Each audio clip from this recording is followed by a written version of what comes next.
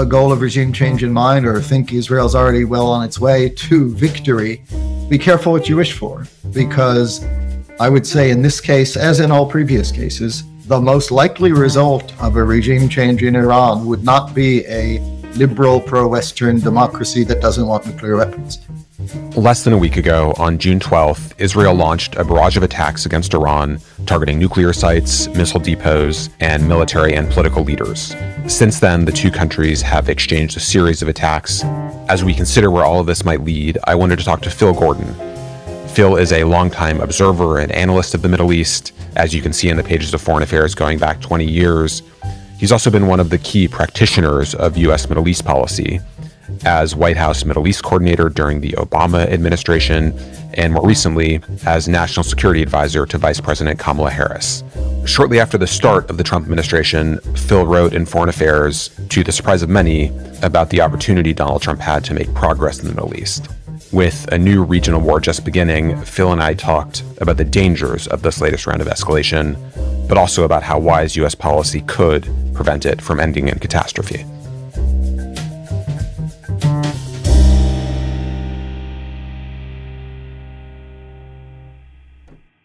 Phil, thank you for joining me. Great to be here, Dan. Given how much could change in a matter of days or even hours or minutes, I should note that we're speaking in the morning, East Coast time, on Tuesday, June 17th. It's a few days past the initial Israeli attacks on Iran that started late last week. We're still seeing rounds of missile and drone and other strikes going in both directions, and what it will add up to is still, of course, far from clear. But with those caveats, Phil, I'm eager to hear from you as someone who has both observed the Middle East for a long time and also as a policymaker had an important role in managing and responding to and preparing for crises in the region, how a couple of scenarios could unfold. First, what would a major escalation from here look like? And then second, what would the path to de-escalation involve if you kind of consider those two broad paths? Yeah, I mean, there's so many different directions this could go down. I mean, Israel took an enormous gamble with this intervention. Obviously, it's talking about it now as if it had little choice and Iran was on the verge of developing a nuclear weapon. But I just don't think that was the case. I mean, I think they actually short-circuited a real opportunity to get the diplomatic deal that the Trump administration wanted that would have blocked Iran's path to a nuclear weapon. We will now never know, and we'll have debates for years and decades about this. But it sort of forced Trump's hand, and he's now like going along and following it. So far, so pretty good, you could say, because I think you have to be impressed with the intelligence and military capability that the Israelis have demonstrated. To take out the top leadership of the IRGC and nuclear scientists and the Air Force and other commanders, unbelievably impressive to know where they were and be able to target them. The ability to defeat most of Iran's incoming missiles, we're all very much concerned about Iran's ballistic missile force. Israelis have done an unbelievable technological job in defeating most of that. Some has gotten through. And to set back the nuclear program, I'm sure we'll get into the degree to which it's set back. So you do have to acknowledge that they have accomplished a significant amount and done so in a very impressive way. And yet, it still raises all sorts of questions and risks. One of the reasons to be concerned about a unilateral Israeli intervention in Iran to deal with the nuclear program was the risk that it would produce the very thing they were worried about, which is an Iranian dash for a bomb. I think it's the case Iran wasn't dashing for a bomb, but it might be now. And, Iran still has enrichment capability. They had a stockpile of low enriched and highly enriched uranium. So they could actually be producing the scenario that they didn't want. And then there are all sorts of other sort of quagmire possibilities that you can get into where they seek to escalate. Iran escalates against Israel or the United States. So enormous gamble. Again, so far, so kind of good, but a few days into this is way too soon to really make an assessment. Do you see regime change in Tehran as the likely outcome of Israeli actions? I mean, whether or not that's the explicit objective of the Israeli government, and Prime Minister Netanyahu has, of course, kind of, not come out and said explicitly that that's what they're aiming for, but he has kind of hinted that that might be what the actions produce. Yeah, I mean, it's definitely one of the objectives. And as always, when, you have a conflict, a war aims fluctuate and there's not a single one. I mean, you go back to the Iraq War, we've been debating ever since then, was it about weapons of mass destruction or freedom and democracy or terrorism? And I think the same is true about this Israeli intervention. The narrowest goal was the nuclear one. I mean, clearly, Israel didn't want Iran to develop a nuclear weapon, and they've gone after the nuclear sites, so for sure. Another certain goal was just setting back Iranian military capabilities, sort of what they did to Hezbollah, just decapitate, take care of missiles. Iran's been a threat to Israel for a long time, and this was an opportunity, even aside from the nuclear thing, an opportunity to decimate and weaken Iran's military forces, which have been used, especially through proxies against Israel. But it's also pretty clear that another Israeli goal is regime change. And, Netanyahu has sort of hinted as much. You don't have to choose between these things. I think, they did the mission for nukes and for military capabilities. And it's like, if that happens to lead to regime change, fine with us. But I don't think it dramatically changes what Israel is doing in Iran as part of that goal. I would also note and warn, and I've, written this in Foreign Affairs as well as a whole book about it. It's easy to, in the early days, think mission accomplished. First of all, it's hard to do regime change, and regimes can be more resilient than we've seen, as we saw in Syria, where we tried to do a regime change, and a decade later, Assad was still in power.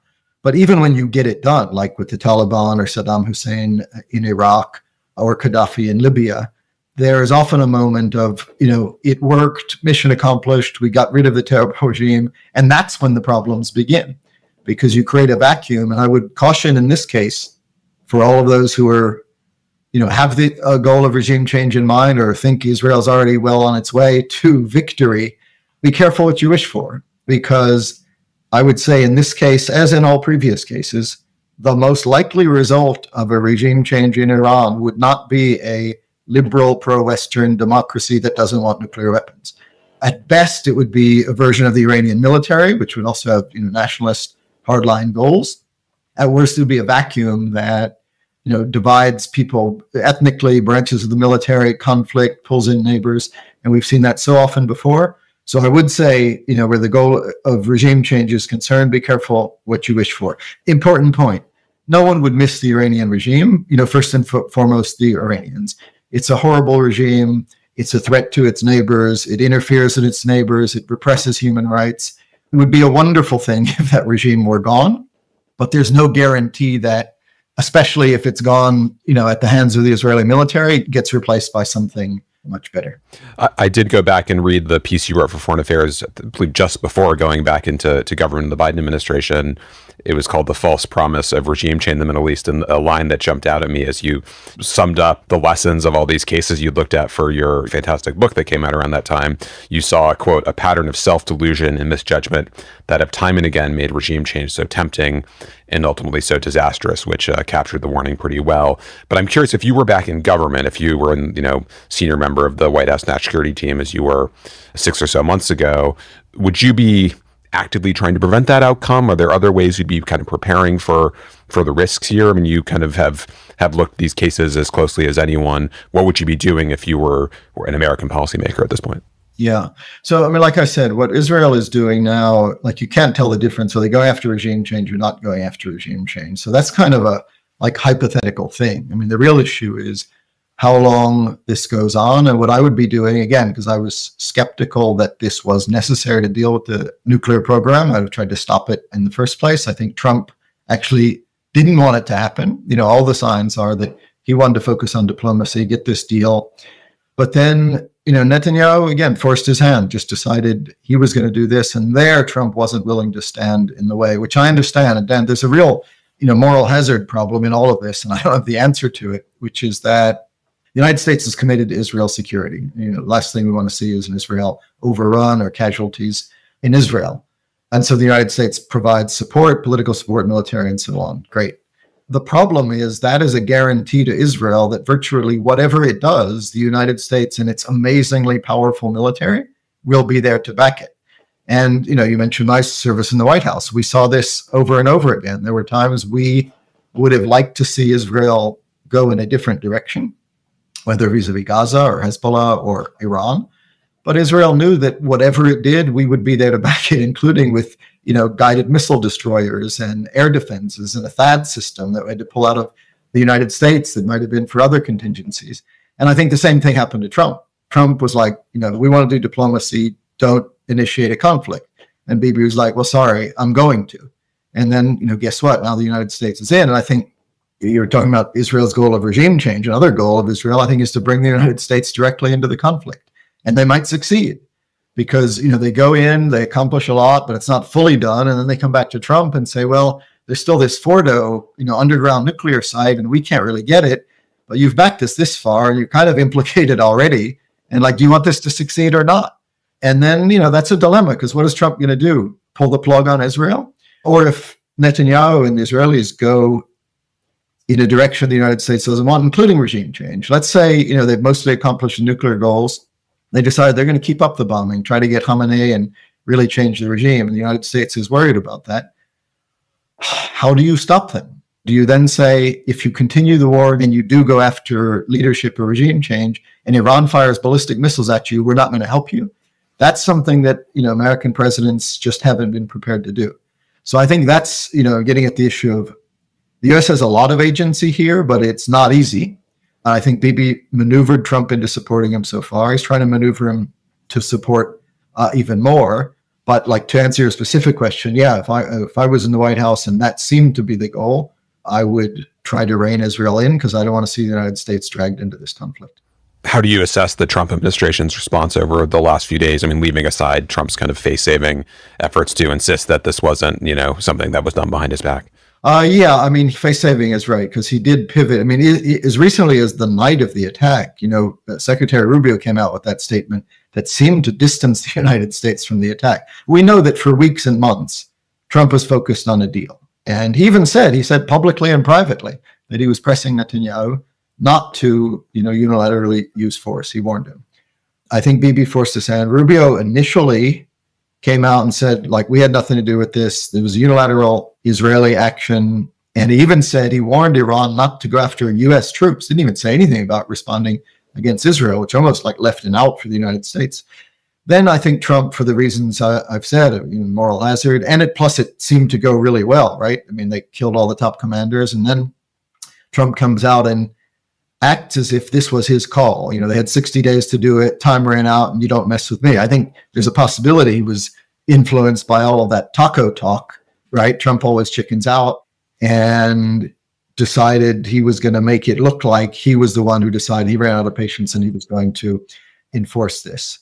And that's where he's been so far. But, he, like on so many things, he wavers back and forth. And actually, I think there's a consequence of the taco analysis in foreign policy, the idea that he just blusters and bloviates and doesn't do something, which can actually be very costly in this situation, in that Iran had no reason to believe that the 60-day deadline was actually a deadline, right? Trump has so often, made wild threats, given people deadlines. I mean, look at how he's handled tariffs and trade. Iran had good reason to believe this was just one more thing. And now, I mean, if it's actually the case that Trump was planning to support military intervention after 60 days, but Iran didn't know that, that's a consequence of making all these threats that you never follow up on. The same is true now. So now we're moving additional military forces to the region. Trump is telling the people of Tehran to get out of Tehran. He said, you should have done a deal. If Trump were generally consistent on this sort of thing, that, Iran might draw their conclusion and come and negotiate a deal. But given that he's just always throwing things around and you never know which ones are serious, they could miscalculate again. So I think it's a consequence of the general approach, Trump approach to these things. And it's why, people look at the NSC and say, why do you need all these, staffers there? And it's this kind of process and clarity that is the reason. We won't go down that rabbit hole, but that's why you have process. Well, but we should go down that rabbit hole because it's important. You said, look at the NSC. There's nothing to look at because it's almost not there. And that is also wild to me, the notion that we're trying to manage a war without a National Security Council staff or without a National Security Advisor. And you can say, Marco Rubio is the National Security Advisor. You can't be Secretary of State and National Security Advisor at the same time. Now, he can forego all of his Secretary of State duties, traveling to Caribbean and dealing with China and all of that, and manage this crisis. But he's not doing that. And there's a cost to that too.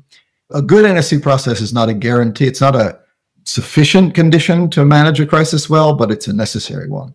And the idea that Trump is deciding these things without carefully planned options, people thinking it through, if we do that, or if we do support this, what if Iran responds against our bases? Who's thinking that through? Or do we have the right military defensive equipment in place? What about the diplomatic pieces? Can we get British bases? Who's talking to them? I mean, there's an enormous amount of work that would have to be done by an NSC. But, he fired most of the NSC, got rid of the experts, has a lot of unqualified political appointees, doesn't have a national security advisor. That is really a nuts way to go about managing a crisis where American lives are at stake and a lot more. People occasionally cite Henry Kissinger as the one other person who has done both those jobs, but when you go back and kind of read that history and read Kissinger's memoirs, it's just such a different system that it's not really a model that holds, I think. As you look at Iran's options right now, how much space for compromise does Tehran have? Can the supreme leader kind of pivot on a dime and rush towards a deal? Do you see it as logical for Iran to rush to break out to a nuclear weapons capability now? I mean, how do you think they're thinking of potential paths? They're clearly under a lot of pressure right now and sending signals that they want to talk to the U.S., but it's not totally clear to me what their options are and how they think of those. Yeah, it's important you brought that up because Iran's options right now are terrible. And that's why I actually don't exclude getting back to some sort of nuclear deal. And, you asked me what I would do in the White House. I would still be focused on what sort of deal we could get. You can say that's silly and why is Trump still even talking about deals? It's nonsense. The time for deals has passed. They missed that window. But the reason you can still talk or think about deals is Iran's alternative to deals are terrible. Its military capabilities are severely weakened. We've seen it's firing an awful lot of ballistic missiles. Most of them have been intercepted. At a certain point, they'll run out. Its proxies, Hezbollah and Hamas, primarily Hezbollah, has been decimated by previous Israeli military activity. That was, one of the other things that they used in the past, the threat of unleashing Hezbollah. If you mess with us or if you unilaterally attack like Israel did, well, they can't threaten that anymore. They could go after U.S. troops and bases, which they've done before with strikes through proxies. But if that brought the U.S. into the conflict, which is a real possibility now, that wouldn't be in Iran's interest. They could go after their neighbors or shipping like they did in the first Trump administration, go after Emirati or Saudi oil production facilities or tankers. But that would interfere with their better relations with their neighbors and possibly bring more in. So if you're sitting in Tehran now, and I watched this, in the White House in 2024, in the two cases where Israel struck Iran in April and October, Iran fired at Israel, Israel responded. We watched the Iranians try to think about their responses then, and they were already bad then. And in late October, Israel responded and took out more Iranian air defenses. The Iranians never responded because they just thought about it. Well, they could respond, then Israel would hit them again. It's obviously even worse now after this last week of intensive bombardment. So Iran is really in a pickle. Now, you flagged one option for Iran, which could be the, quote, the dash for a bomb. It's another option is, develop nuclear weapons. Possible. They might be doing it as we speak. We know they had a big stockpile of HEU that they could use. They have centrifuges in Fordo and they have centrifuges elsewhere. But, can they really succeed in a short amount of time to enrich the uranium to sufficient quantities and weapons grade? And even more importantly, weaponize it, because as far as we know, they didn't have the capacity to weaponize it. So I don't even know that they can do it, but trying could be a mistake as well, because if we did get intelligence that they were using Fordo to develop a nuclear weapon, that's the one thing that actually could bring the Trump administration. I don't think it wants to be involved, but Trump has said Iran can't have a nuclear weapon. Previous presidents said that too, and the United States would probably use force to stop it. So I say all of that because if you're sitting in Tehran now trying to think, all right, how do we respond to this aggression? All of those options are bad, which is why I don't exclude that Iran could come back to the table. It knows Trump wants a deal. It knows Trump wants to avoid escalation. Maybe do it that way. Just how much can Israel set back the nuclear program on its own? I mean, people often point out that Israel does not have the 30,000-pound bombs, the bunker busters that could destroy Fordo, but it does have a lot of capabilities and has, I think, surprised all observers with what it can do. Yeah, no, it already has, I think, significantly set it back. We don't know exactly how much. And you're right, Fordo is the main thing because it's deep underground, probably impenetrable to the Israelis, and they have advanced centrifuges there that they could use to enrich. But, as you know, that's not the entire process to develop a nuclear weapon. So we know Israel's already set back Iran's enrichment program by striking the pilot enrichment plant at Natanz. It even, by denying power, seems to have affected the centrifuges buried in Natanz. They've hit centrifuge manufacturing capability. They've hit a lot of the scientists that would be necessary. And again, even without Israeli strikes, there were questions about how long it would take Iran to figure out how to weaponize the material once they had it. So I think they've already set back the program a significant amount. And that's why, Fordo becomes the big outstanding question. But I think without that, there are still very much open questions about whether Iran could successfully dash to a bomb, even if it wanted to. There have been cases in the past, relatively distant past at this point, I think of Pakistan or North Korea, where the U.S. did not have a great grasp of the extent of a nuclear program. Do you have confidence that we would know if Iran were rushing to break out at Fordo or Rasuah?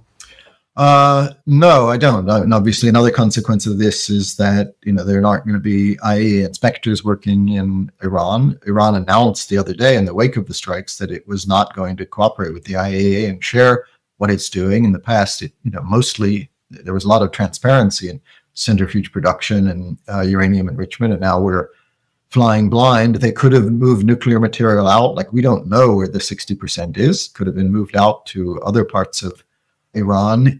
If you're Iran and you're trying to build a nuclear weapon, you would ideally want to do that at a place like Fordo, not just because it's deep underground, but because you would have a lot of advanced centrifuge cascades to do it with. But you don't have to do it that way.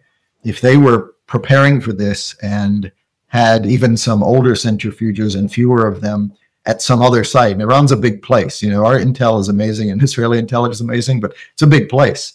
So if you could get some of that already enriched nuclear materials to even a small number of cascades somewhere else in a small place that we didn't know about, you could turn it into weapons grade. Again, still huge. How do you get it from there to the weaponization people? Can they actually detonate it? Even if they could detonate it, how would you marry it to a missile or something to use it? So I think we're still a long way from that, but that's what they could and would do if they were trying to weaponize now. The reason the Obama administration in 2015, when we did the JCPOA nuclear deal, focused on enrichment and fissile material is it's much more observable than weaponization. You can see, even though I just said, you can do small centrifuges.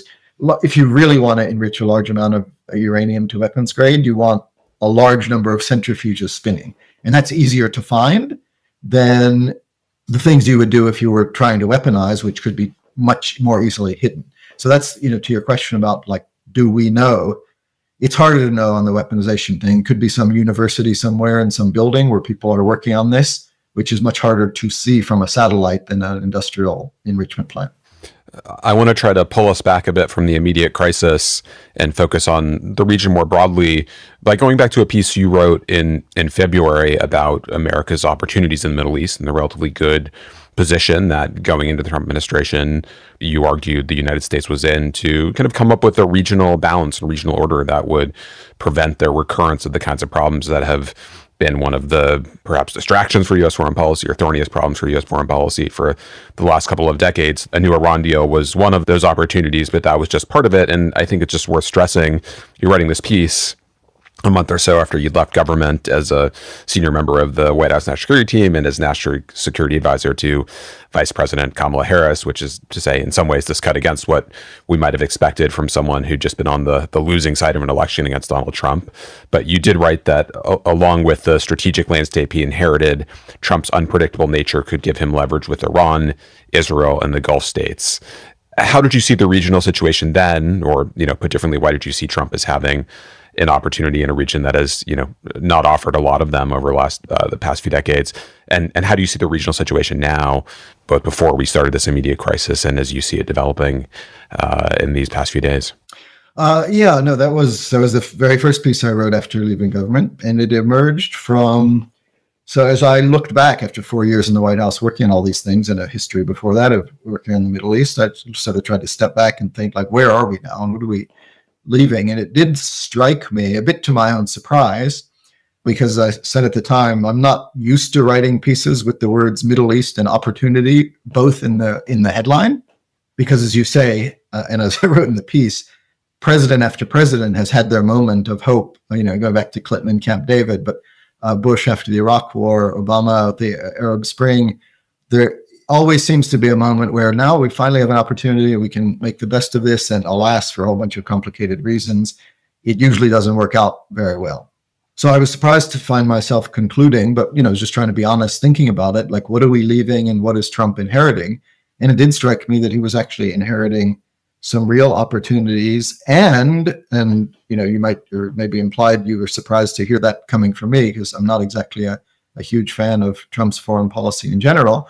But I had to acknowledge that there was a chance, at least, that certain particular aspects of Trump and his administration might make it even easier for them to take advantage of these. So on the strategic opportunity part, Trump was inheriting a dramatically changed strategic landscape. One of the reasons everything was so hard in the Middle East for previous presidents is you had this Iran determined to thwart stability and American aims, and it had the means to do so.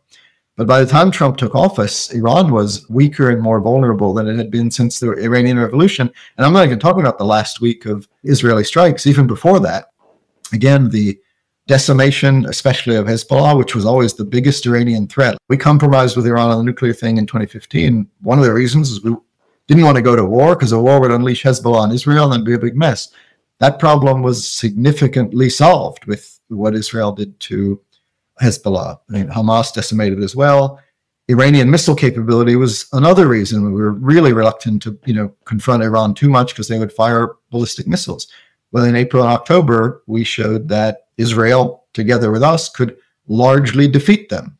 Didn't mean the problem went away, but gave you a lot more confidence that you could stand up to Iran and not have to worry about that threat. So that was an enormous opportunity that Trump was inheriting. And then on top of that, it so happened that we finally got the Gaza hostage ceasefire deal in the waning days of the administration. So after a terrible, terrible period in Gaza with, options all bad, Trump was inheriting a ceasefire that he could maybe take advantage of to finally get that terrible war over. The government in Lebanon changed. Lebanon, was enormous headache, such terrible government dominated by Hezbollah. But with Hezbollah's defeat, or at least setback, you had a new president, new prime minister that you could work with. And then finally, Syria, of all things we expected in the final months of the Biden administration, there's so much was going on in the region. The rapid fall of Assad and the replacement with a government that was at least nominally committed to stability and ethnic integration was stunning. And, no one wants to be naive, or, Syria is always going to be hard, but that certainly counts as an opportunity as well. Iran and Russia had bailed on Assad. He fell, and there was a lot to work with there. So that's why I concluded, wow, could really make something of this. And then, as I said, I even acknowledged that Trump might be in a particularly good position to take advantage of all this, even aiming off for, what I described, the threats and the history of bad deal making and the lack of knowledge about the region and the lack of process, all of that. His unpredictability could be an asset in dealing with, for example, Iran. Also, a great contrast to us, he had total control of his party and Congress, so that whatever he chose to do, he didn't have to worry about the politics like we did. And an Iran nuclear deal is a great example of that. I mean, various reasons we could get into about why President Biden never managed to resume the nuclear deal that we wanted with Iran. But one of them was that just Congress would never have accepted it, including Democrats. But Trump could get through Congress, apparently. Now he has a Republican majority and they do whatever he says. He can get through virtually anything he wants. And he even had, maybe more leverage over Israel. So you put all that together, and I actually did think that Trump was inheriting an unusually positive set of circumstances in the Middle East. Lingering on the Syria part of that for a moment, I'm just fascinated what it was like for you to witness the sudden fall of Assad, sitting where you were last November or December. You'd been, I believe, in the White House in the Obama administration as the senior Middle East person when the civil war was really escalating. Did you have any suspicion Assad's fall was coming? I mean, to the extent that it surprised, I think, everyone, people reading classified intelligence and not, what were we all missing that caused that to be such a surprise? No, it's a great question. And I will acknowledge, we didn't see that coming. You always, when you do Middle East for a long time, you always have to be prepared for surprises. Anything can happen. Usually they're bad surprises rather than positive surprises. This one, like I said, so much was going on. The reason Gaza, Iran, Iraq, the Houthis, that we didn't imagine that the biggest news, in that period could come from Syria, I said before, on regime change, you never know. Regimes can be brittle and they can last a long time until they don't. Mubarak, people who predicted that the Mubarak regime in Egypt would fall, were wrong 29 years in a row before they were right. You just don't know. And in Syria, yes, I was working on this in the Obama White House. That was, after the Arab Spring, people thought, well, Ben Ali fell in Tunisia, Gaddafi fell in Libya, Mubarak fell in Egypt, Assad will be next. And it turned out to be a lot harder than that because he was more deeply entrenched. He had Russian and Hezbollah and Iranian backing. And so for all of our efforts to accelerate that process of getting rid of him, it didn't work. And I reached that conclusion fairly early on in the White House that was just not going to happen. And, an irony about Syria is sort of that it took many people, a good decade to finally conclude that Assad wasn't going anywhere, just in time for him to finally fall. Because as even the regional partners who had been determined to get rid of him, were funding the opposition, trying to overthrow him, by 2024 were like, look, he's there. Some of them want to, let him back in the Arab League, do trade and business. If he's going to be there, we might as well work with him and try to pull him away from Iran. So people have kind of had given up largely on that goal of getting rid of Assad. And then he fell. Looking back, it's not that surprising. It was always unpopular. The opposition was still there. And the biggest variables, when people tried to overthrow him in 2015, Russia, with actual military force, deployed to Syria to stop it. And Hezbollah came and fought with Assad, and the United States wanted to push him aside, but wasn't prepared to go to war with Russia and Iran and Hezbollah to do it. This time, the opposition, which Turkey was supporting while everyone else's eye was on some other ball, was getting ready to advance. And then Assad calls Iran, and they're like, we got our hands full. Hezbollah has already been wiped out, and we're dealing with Israel. Good luck. And Russia, all of his deployed forces in Ukraine and missiles and airplanes, and they weren't going to go to war for Assad. And guess what? Without them, he was done. Syria was one of the opportunities, as you noted, that you highlighted in that piece. Trump on his first major trip as president to the Middle East, one of the notable parts of that trip was his meeting with President al-Shara of Syria and commitment to lifting sanctions. So I haven't fully tracked what's happening with that in Congress, but he did at least declare that as a goal. Did you see that as the right first step? And, as you kind of look at Syria over the coming months and years, what will it take to really get it on the right path? And as you look at development so far, do you see encouraging signs, worrying ones? How do you kind of assess the state of that opportunity now? Yeah, I do think that was the right move, though, as you say, and typically with Trump, there were no details. He probably doesn't really know what, sanctions, which authorities the sanctions are under, what kind of sanctions we have, and what it takes to lift them. But the political signal of Trump saying, yeah, we want this guy to succeed and we should work with him, I think was right. And it's another example, again, there's so many things to criticize the Trump administration, but this willingness to sometimes do things regardless of what critics might say, and there were some congressional critics, the people in his own administration didn't want to lift sanctions on Syria, and even sit down with him. I think, it's possible a Democratic president might have worried about sitting down with this, terrible record on human rights and, former terrorists. And there I'll say, Trump's willingness to do that, I think was right. Just look, let's cut through all that. We want this guy to succeed. Obviously, there are things we need to see from him in terms of governance and human rights and minorities, but we should do that. So I do think that was the right political signal to send, give that regime reason to align with us rather than with Iran or Russia. As you say, still a lot of work to be done. The last couple of months have been a bit disappointing. Al-Shara came in surprising people with his willingness to say, multi-ethnic society, deal with the Kurds, not repress minorities, even though, we shouldn't forget he was a sort of poster child for Islamist extremism at the time and running Idlib. But he was saying and mostly doing the right things, which I think made it right for us to want to support him. Since then, there's been, again, some of his people repressing minorities, doing sort of the depacification mistake that was made in Iraq after 2003. So it's a bumpy road, but that was to be expected. I still think on balance, it remains an opportunity. And I don't really criticize the way the Trump administration has been handling this to the extent that they are. And again, I make that point that it's hard to do this without an NSC and qualified people, and they've been changing their Middle East team constantly. I mean, it's hard to really have a sustained and consistent policy, but given that, I don't really have a major critique of what they've done. I think, that's an opportunity that we kind of are following up on in the right way. I'm curious how you saw the Gulf part of that trip. I mean, the two things that stuck out were first this speech that Trump gave on, no longer giving countries lectures how to live in the country that had was responsible for killing Jamal Khashoggi, and lots of other things that go against liberal democratic values, at least. And then, of course, the kind of big AI deals, which I think people have different views on these, but it was just striking that you're kind of handing, people say data is the new oil. The Gulf is going to control the new oil just as it controlled the old oil. And I wonder if that'll be a long-term cost for us. So as you saw that part of the trip, did you see upside there, opportunity, or do you worry about the long-term consequences of both of those?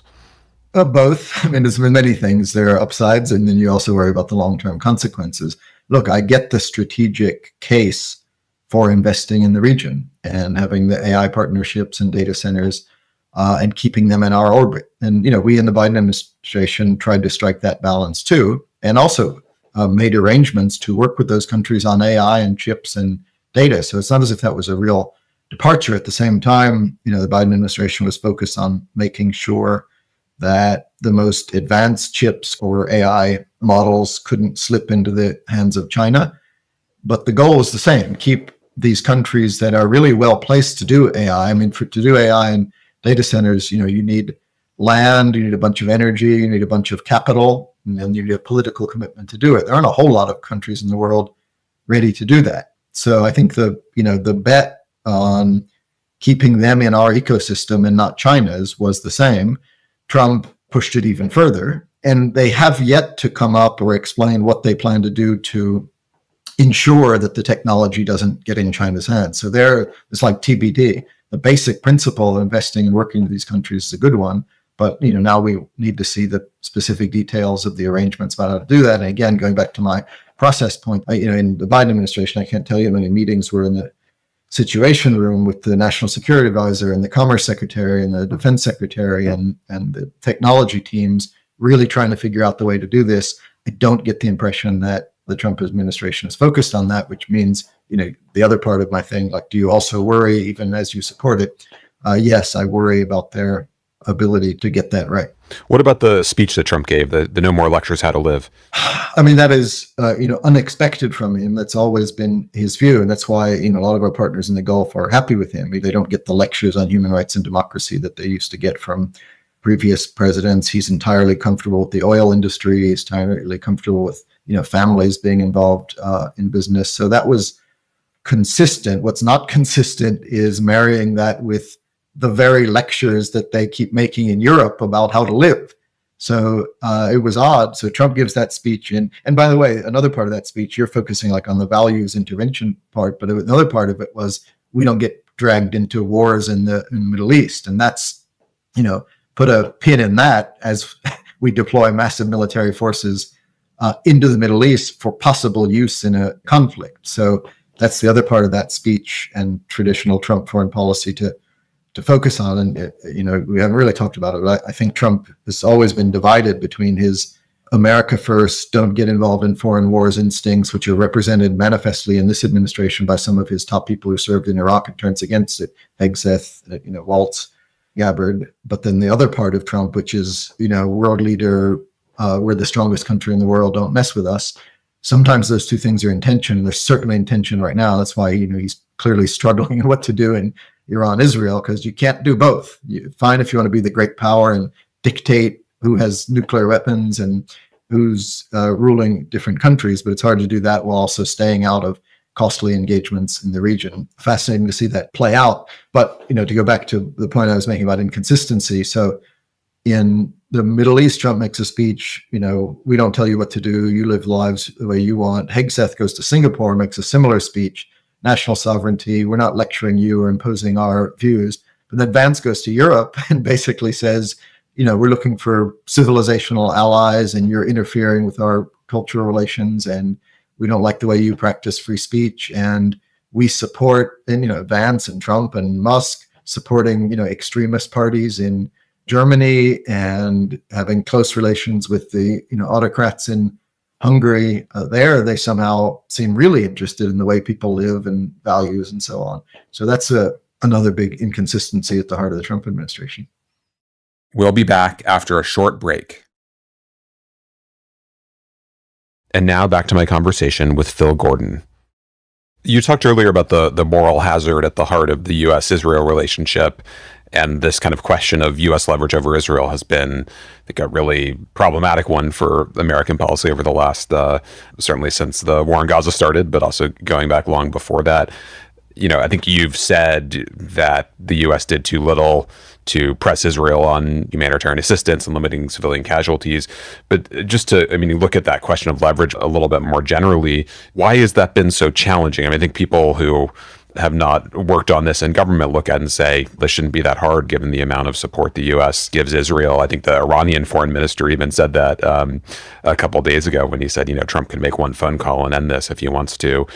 What is more challenging about that than people appreciate? And as you look back on American policy, at least during the Biden administration since October 7th, are there moments where you thought the U.S. had more ability to shape Israeli action that if, you know, you go back and run it again, you would handle somewhat differently?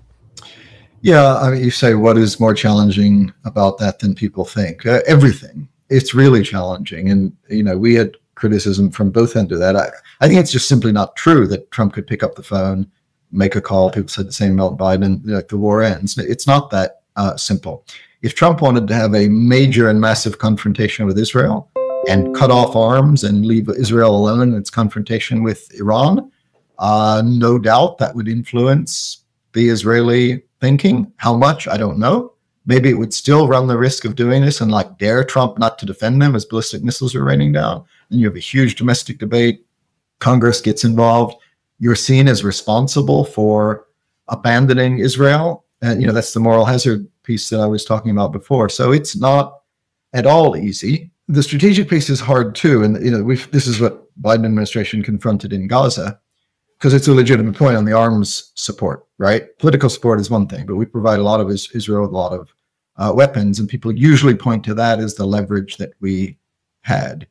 Fair enough, and there's some leverage in that, but then you have to be willing to live with the consequences of your decisions. And the problem was, you know, Israel was doing things in Gaza that we didn't want them to do, but cutting off weapons when they faced genuine and actual threats from Hezbollah, and these were not, and Iran and the Houthis. These were not hypotheticals. Iran was firing ballistic missiles at Israel, you know, fueling them, loading them up. And to say in that moment, you got Houthis, Hezbollah, and Iran like determined to really go after Israel, to say, well, to get you to change your policy on Gaza, we're going to cut off the weapons. You'd have to then accept that Israel would be vulnerable to all of these missile threats raining down on Tel Aviv and elsewhere. And you could say, oh, no, but just make the threat and then Israel would comply in Gaza and you don't have to worry about it. Then you can keep supporting them. Maybe. But what if Israel, which was traumatized by October 7 and saw its national interests at stake and has a lot of weapons in its own, said, respectfully, we're just doing this anyway. And then the Iranian missiles start to fly. So that's why it's not easy. Now, you can still come down and say, Gaza is so important and what Israel was doing there is so objectionable. Let's just do it anyway. We cut them off and we see what happens. But don't pretend that you wouldn't have to face real consequences of that decision. You also asked about, you know, looking back, you know, you said, I've said that we didn't succeed in getting Israel to do enough. I think that's like obvious. I mean, you can have the policy debate about what else we might have done, but results wise, it was a humanitarian catastrophe. And we pushed all along for Israel to do more, to do better on civilian casualties and allow humanitarian assistance in. And I would note that it had an impact.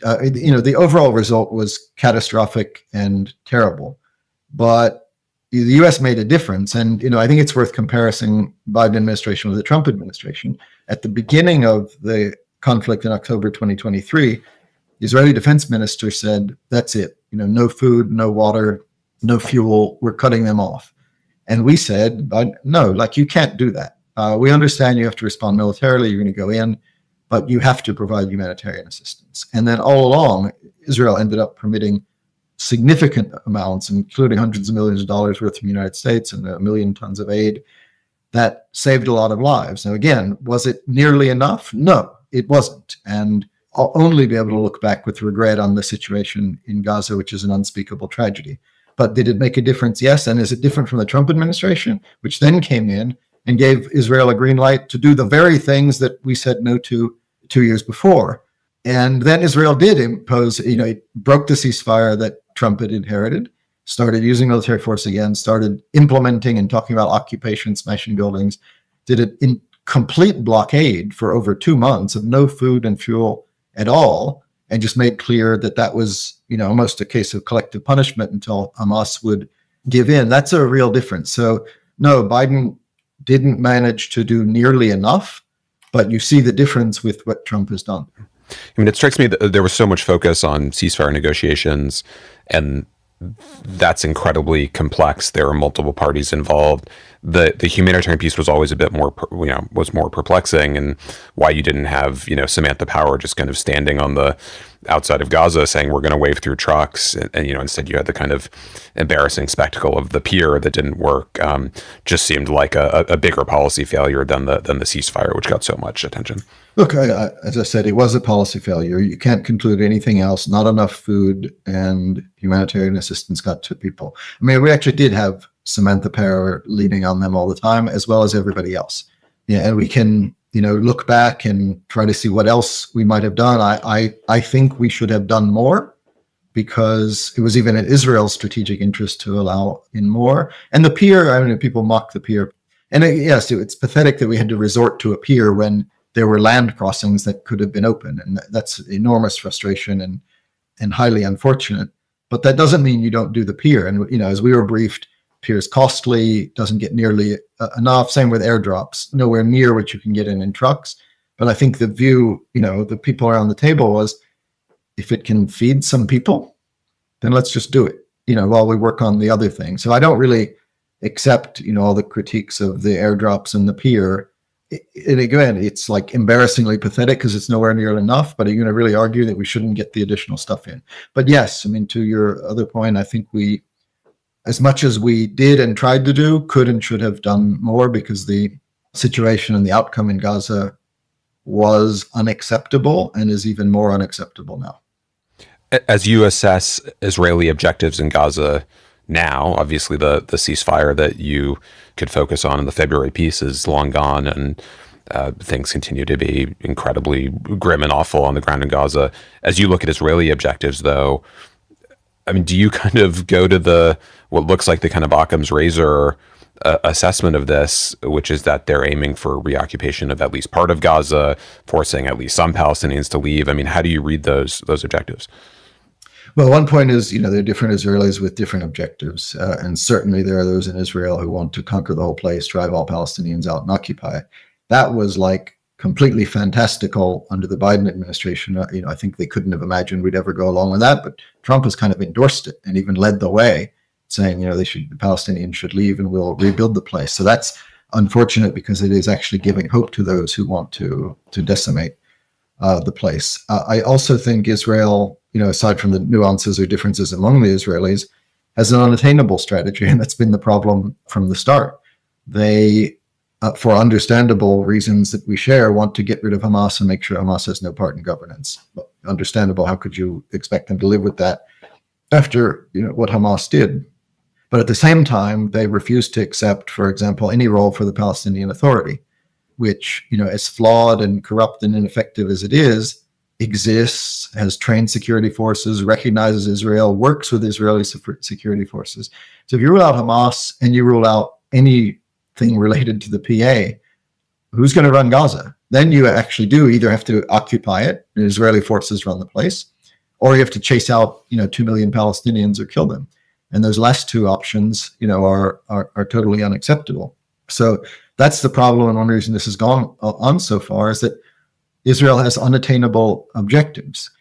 Had the objective been to decimate Hamas, or at least get it to the point where it couldn't rule Gaza, and then to work and genuinely find Palestinians who could take on governance and security, maybe backed by Arabs, that's, still hard, but at least it's realistic. But now, given the way Israel has constructed this, they're leaving themselves only the option of, of displacement of people and Israeli occupation, which is a terrible outcome. And you see this now as, going back to the humanitarian point, by not working with any of the UN agencies or NGOs and setting up this foundation, it's been a complete catastrophe.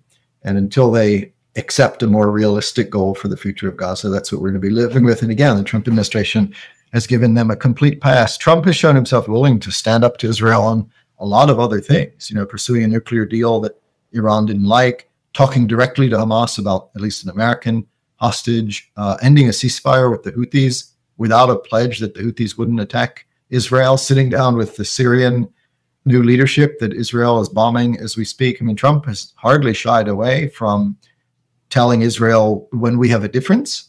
But on the question of Gaza, he's just like, yeah, do whatever you want. And the result of that has been catastrophic. Do you worry about various West Bank scenarios, which could involve re-annexation, could involve the collapse of the PA?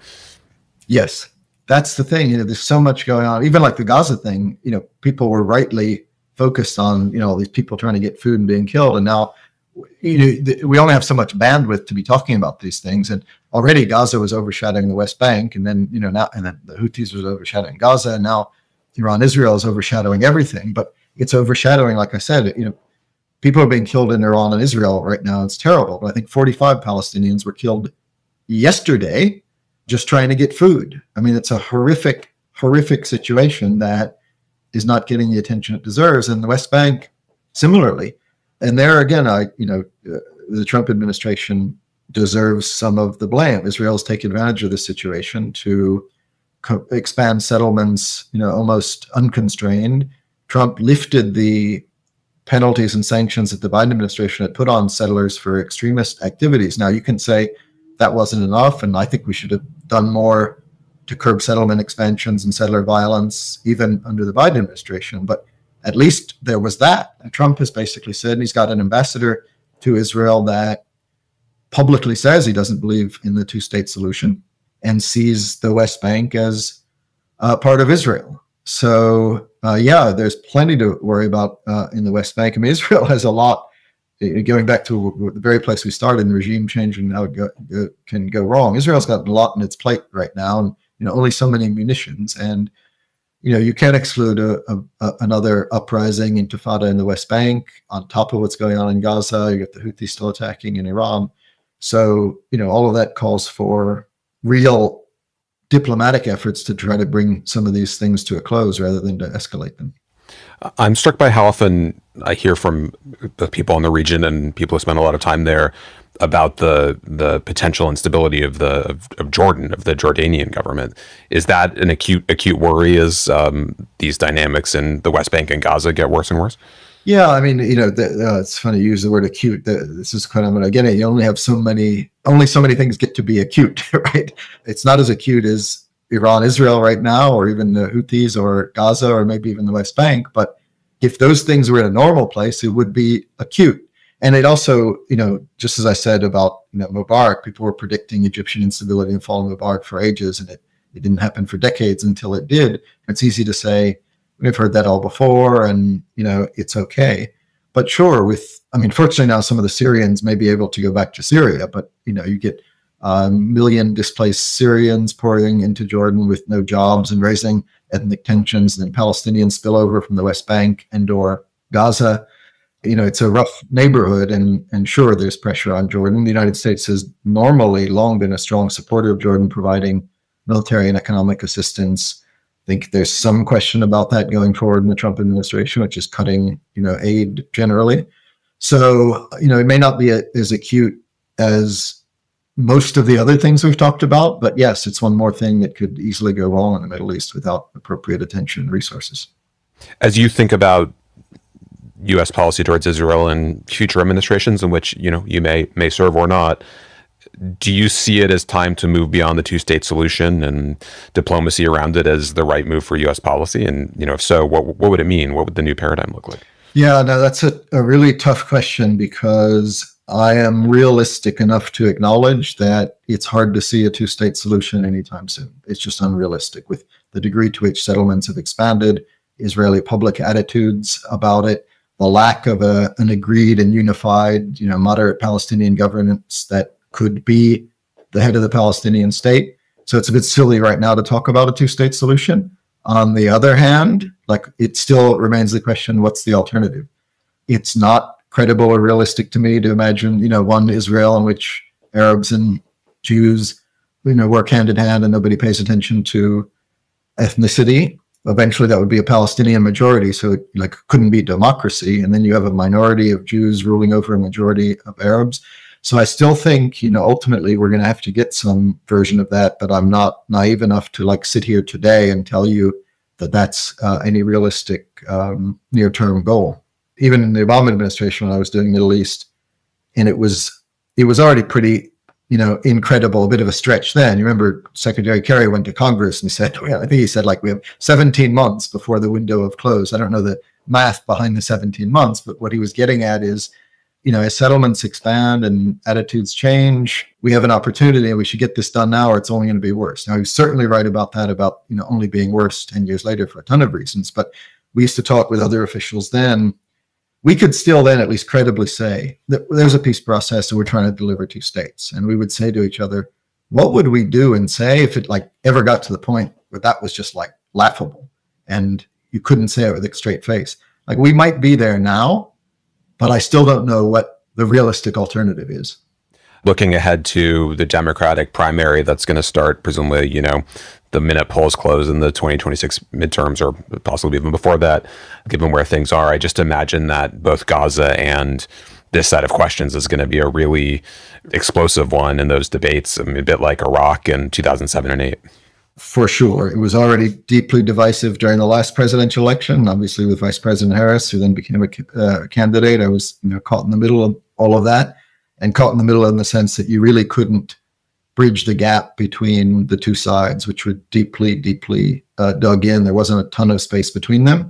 As you know, Vice President Harris took a view which, was basically her genuine view that you shouldn't have to choose, that Israel had the right to self-defense, and we should always be there to make sure Israel had what it needed to defend itself.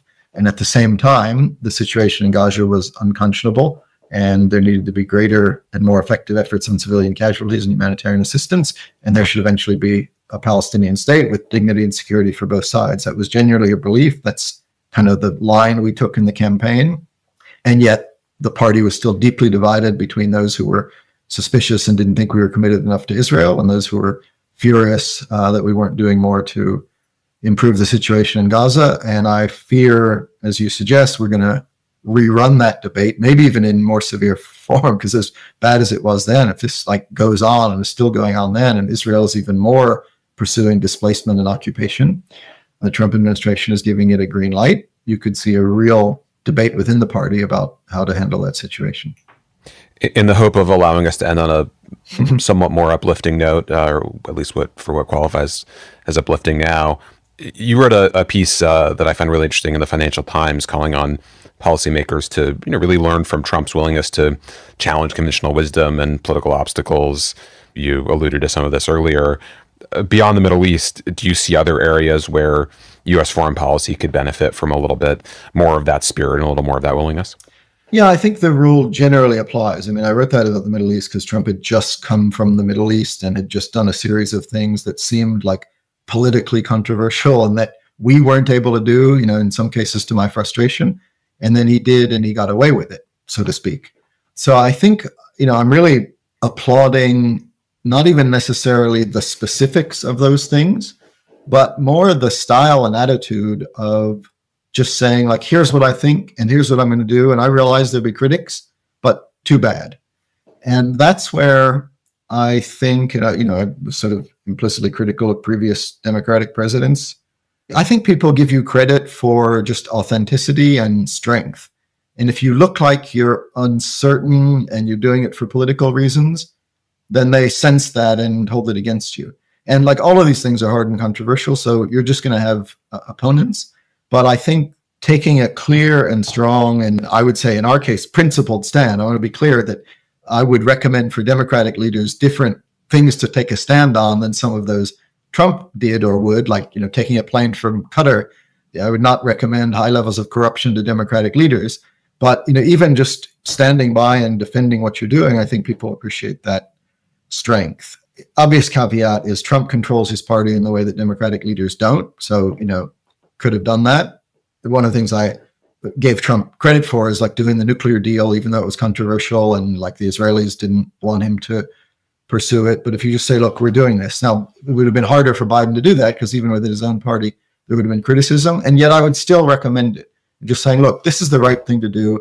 And we're doing it, and like defying your critics to oppose you. I think that style, as much as in any particular policy issue, has a lot to be said for it. Phil, thank you so much for doing this today. And I will say, on balance, it might not be better for the country and the world not to have you in government, but it is great to have you back in the pages of Foreign Affairs. Thanks, Dan. Great to speak with you about these things, and look forward to appearing in future pages of Foreign Affairs.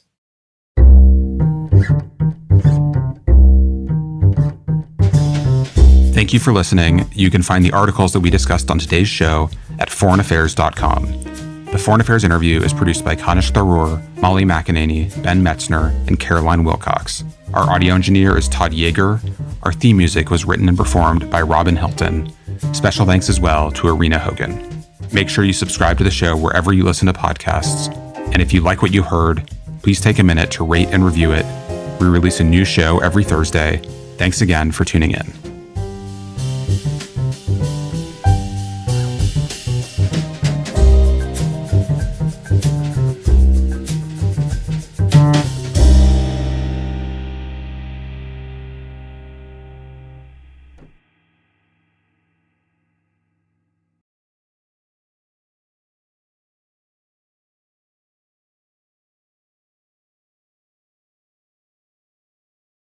This is Democracy Now!, democracynow.org, The War and Peace Report. I'm Amy Goodman. We spend the rest of the hour with award-winning journalist and author Naomi Klein.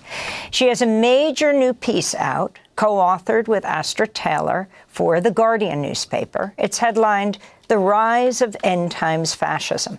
It looks at the apocalyptic fervor of the far right. In it, they write, quote, "The most powerful people in the world are preparing for the end of the world, and they themselves are frenetically accelerating. That is not so far away from the more mass-market vision of fortress nations that's gripped the far right globally, from Italy to Israel, Australia to the United States. In a time of ceaseless peril, openly supremacist movements in these countries are positioning their relatively wealthy states as armed bunkers," Naomi Klein writes. She's also professor of climate justice at the University of British Columbia, founding co-director of the UBC Center for Climate Justice. Her latest book, Doppelganger, A Trip into the Mirror World. Naomi, welcome back to Democracy Now! It's great to have you with us. If you can start off by talking about your piece and what exactly you mean by talking about the end times, fascism. Well, it's very good to be with you, Amy. This isn't the most cheerful piece I've ever written with Astra Taylor, a very close collaborator, founder of the Debt Collective. And we were trying to kind of map what is similar and what is different about the type of far-right politics that we're seeing today. And I should say the piece is not only grim, it also looks at what this can mean for a response to this particular form of fascism, because we can't fight it if we don't understand it. So I think a lot of very good scholarship attempting to understand authoritarianism today